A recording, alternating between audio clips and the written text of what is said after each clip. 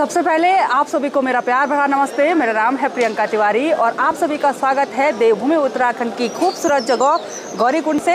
अभी मैं हूँ गौरीकुंड में गौरी माई मंदिर के पास और आज मैं भी पैदल यात्रा करूँगी केदारनाथ तक डोली के साथ। अभी डोली गौरा माई मंदिर के अंदर ही है और विधिवत पूजा हो रही है सुबह से, तो 8 बजे के करीब निकलेगी और अभी टाइम हो रहा है 7:30, तो थोड़ी देर में हम यहाँ से रास्ता लगेंगे।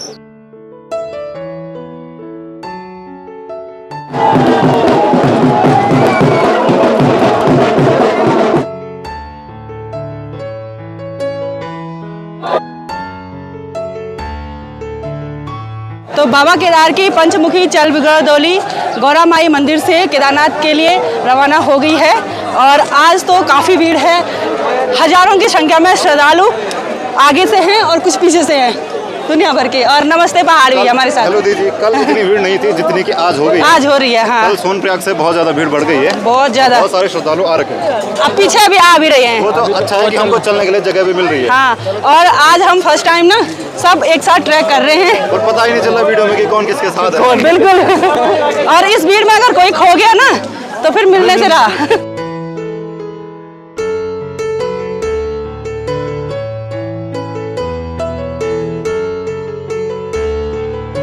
आज तो जहाँ तक नज़र जा रही है वहाँ तक इंसान नज़र आ रहे हैं और सभी लोग बाबा केदारनाथ जी के फर्स्ट दर्शन करना चाहते हैं कपाट खुलते ही।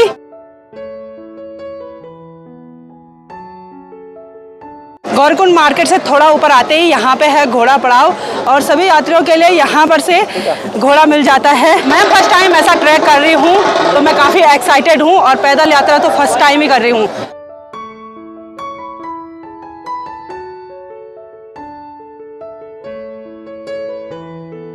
जब केदारनाथ के कपाट खुलते हैं ना तो सभी लोगों का रोजगार खुल जाता है।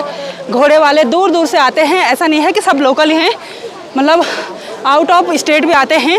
और यहाँ पे जो ये पिट्ठू है ना ये लोग ना इतने ताकतवर होते हैं कि यहाँ से पीठ में यात्रियों को बिठा के पूरे केदारनाथ तक ले जाते हैं। चढ़ाई पर चढ़ने के लिए रास्ता काफ़ी चौड़ा है, काफ़ी अच्छा रास्ता है, लेकिन ऊपर से ऊंची ऊंची चट्टान है तो बरसात के टाइम पे थोड़ा पत्थर गिरने का डर रहता है। तो बहुत सारे लोग हमें पूछते हैं कि केदारनाथ धाम का मौसम कैसा है, तो आपको बता दूं सुबह शाम तो ठंडा सारी जगह है। रुद्रप्रयाग साइड तो ठंडा ही है, लेकिन ट्रैक पे आपको काफ़ी गर्म होगा। हमने सुबह जैकेट पहनी थी क्योंकि ठंडा लग रहा था। और शाम को अगर बारिश होगी ना तो केदारनाथ धाम में बर्फ़ पड़ सकती है, तो इसीलिए केदारनाथ धाम के लिए आप गर्म कपड़े, मोजे, सॉक्स वगैरह सब चीज़ लेके आएँ और रेनकोट, छाता, क्योंकि बारिश कभी भी हो सकती है। आज की पैदल यात्रा के सफ़र के साथी हैं मेरा आलोक भाई, आशुतोष भाई और सौरभ भाई। सब एक साथ ट्रैक कर रहे हैं और सब फर्स्ट टाइम कर रहे हैं। नहीं, आपने किया? दूसरी बार। अच्छा, ये दूसरी बार केदारनाथ तीसरी बार। अच्छा, ये ऐसे वाला सीन पहली। अच्छा, ऐसा वाला सीन पहली बार हो रहा है। हाँ, आगे बढ़ते हुए हम एक अच्छी सी जगह पे पहुंच गए हैं। यहाँ का नाम हेलीपैड है क्योंकि 2013 की आपदा में यहाँ पे एक इमरजेंसी हेलीपैड बनाया गया था इमरजेंसी लैंडिंग के लिए। और यहाँ पे नींबू पानी की और खीरे की और प्रकार के भी जूस हैं, उसकी पूरी व्यवस्था है। अच्छे रेट पे जूस का गिलास मिल जाता है। और आलोक अभी ना नींबू पानी पीने लग गया है क्योंकि बहुत थकान हो गई है थोड़ा सा ही ट्रैक करके।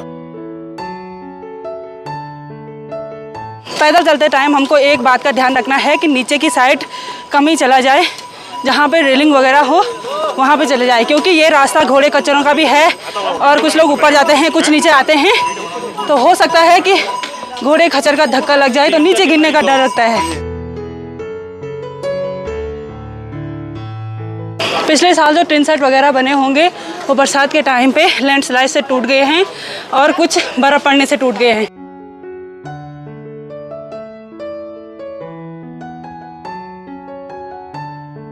सफ़र में आगे बढ़ते हुए हम चीरवासा में पहुंच गए हैं और यहाँ पे भगवान भैरवनाथ जी का मंदिर है और यहाँ पे 2 रेस्टोरेंट भी है, इसमें आपको भोजन वगैरह सब मिल जाएगा।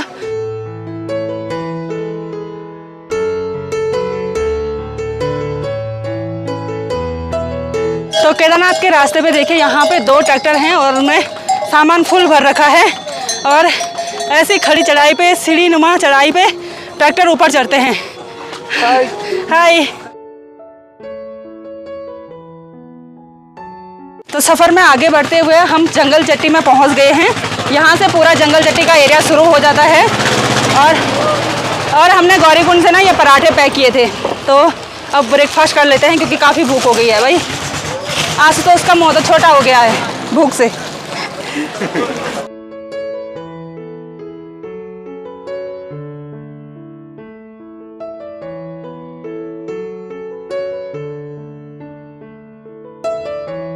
ये हमारे मामा जी हैं जो इस छत्र को ले जा रहे हैं और मामा जी बता रहे हैं कि इस छत्र का वजन है करीब 25 किलो। तो इतनी खड़ी चढ़ाई पे इनकी भक्ति आस्था ही है जो इनको हिम्मत हारने नहीं देती है।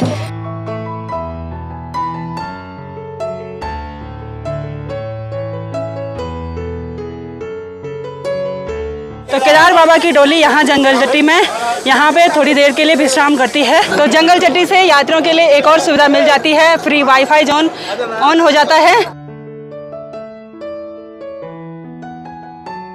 तो जंगल चट्टी से थोड़ा आगे यहाँ पे एक बरसाती गधेरा आता है, बहुत बड़ा होता है वो गधेरा और अभी तो बिल्कुल सूख रखा है।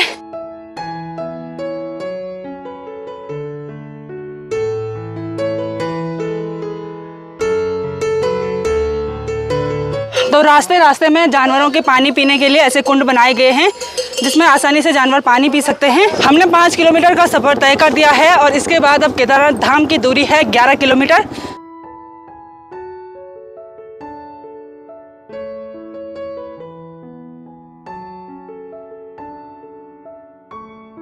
रास्ते में चलते चलते आपको ऐसे खूबसूरत झरने देखने को मिलेंगे और बरसात के टाइम पे इन झरनों का पानी 10 गुना बढ़ जाता है।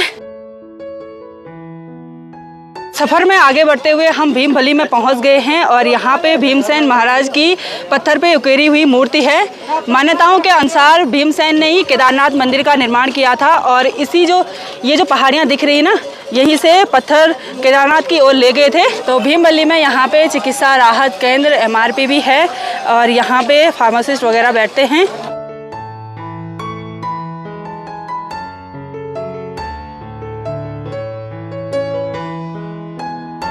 हम रामबाड़ा से थोड़ा पहले पहुंच गए हैं। यहाँ पे 2 रास्ते हैं, एक ऊपर की साइड से और एक नीचे की साइड से।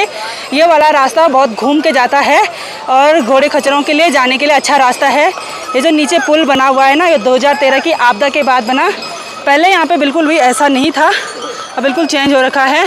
तो मैं लेफ़्ट साइड वाले रास्ते से जा रही हूँ ऊपर, क्योंकि ये रास्ता भी ऊपर पे कनेक्ट होता है।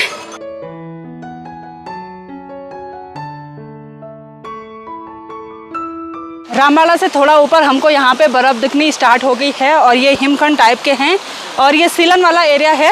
तो यहाँ पे बर्फ़ ऐसी की ऐसी है, बहुत कठोर हो रखा है ये। 2013 की आपदा से पहले केदारनाथ धाम को जाने वाला रास्ता वो सामने से था और आपदा की वजह से वो पूरा रास्ता क्षतिग्रस्त हो गया था। बाद में इस नए रास्ते का निर्माण किया गया। केदारनाथ धाम की इस खड़ी चढ़ाई पे थकान सभी को लगती है, चाहे वो जानवर हो या इंसान हो, पर हमको सिर्फ धैर्य रखना है, मन में शांति रखनी है कि हम पहुंच ही जाएंगे। और इंसान अपना धैर्य तब खोता है जब वो बहुत चलता है और फिर देखता है कि हम बहुत कम ही किलोमीटर चल पाए हैं, तो तब उसका धैर्य टूट जाता है।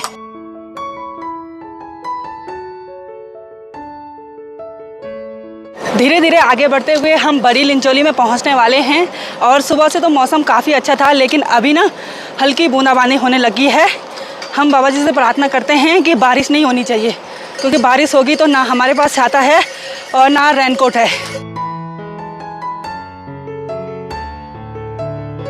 अभी अचानक ही बारिश तेज़ हो गई है और हम यहाँ टिन सेट पे रुके हुए हैं और आंसू, सौरभ और आलोक भी वहीं पे रुके हैं, चाय पी रहे हैं शायद। तो हम थोड़ी देर तक यहीं पे रुकेंगे जब तक बारिश थोड़ा कम न हो जाए।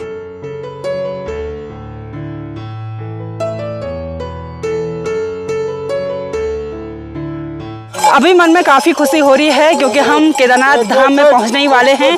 यही एरिया बाकी रह गया है और रास्ते में हमको बहुत सारी जगहों पे ऐसे हिमखंड मिल रहे हैं।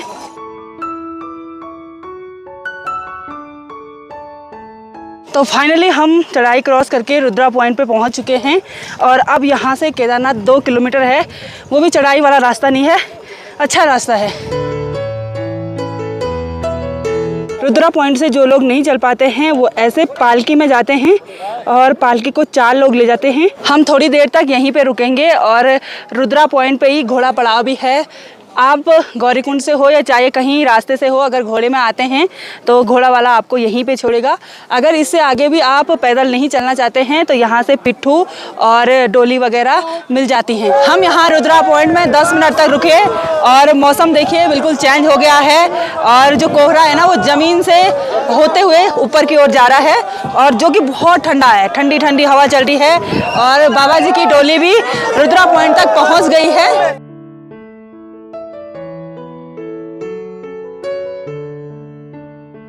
चाहे चढ़ाई पे कितनी भी थकान लगी हो, जब केदारनाथ बाबा के धाम में पहुंचते हैं तो सारी थकान गायब सी हो जाती है।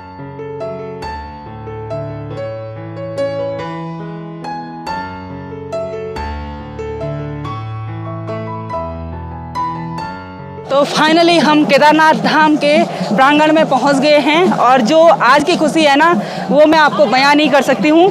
वैसे मैं केदारनाथ धाम में बहुत बार आई हूँ और आज पैदल चल के जो एहसास हुआ ना मुझे वो कुछ अलग ही था।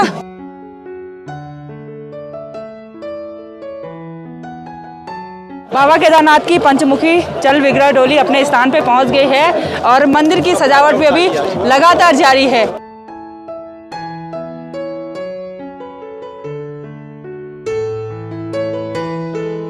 तो केदारनाथ मंदिर से हम रूम ढूंढते ढूंढते नीचे की ओर आ गए हैं। ऊपर साइड तो फुल हो गया है बोला, तो अब यहाँ नीचे साइड चलते हैं। यहाँ पे सेट वगैरह हैं और टेंट वगैरह हैं।